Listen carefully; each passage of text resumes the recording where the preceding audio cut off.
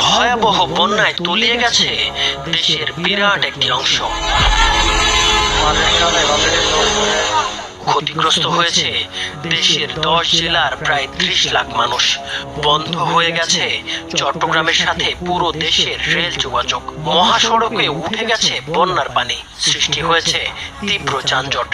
অচল হয়ে পড়েছে 11 জেলার 1,500 মোবাইল টাওয়ার।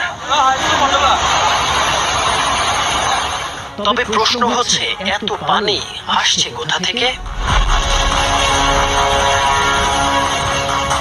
ভারতের ত্রিপুরা সহ আশেপাশের 6টি জেলায় রেকর্ড পরিমাণ বৃষ্টি হয়ে এসব জেলার বেশিরভাগ এলাকা পানির নিচে তলিয়ে গেছে।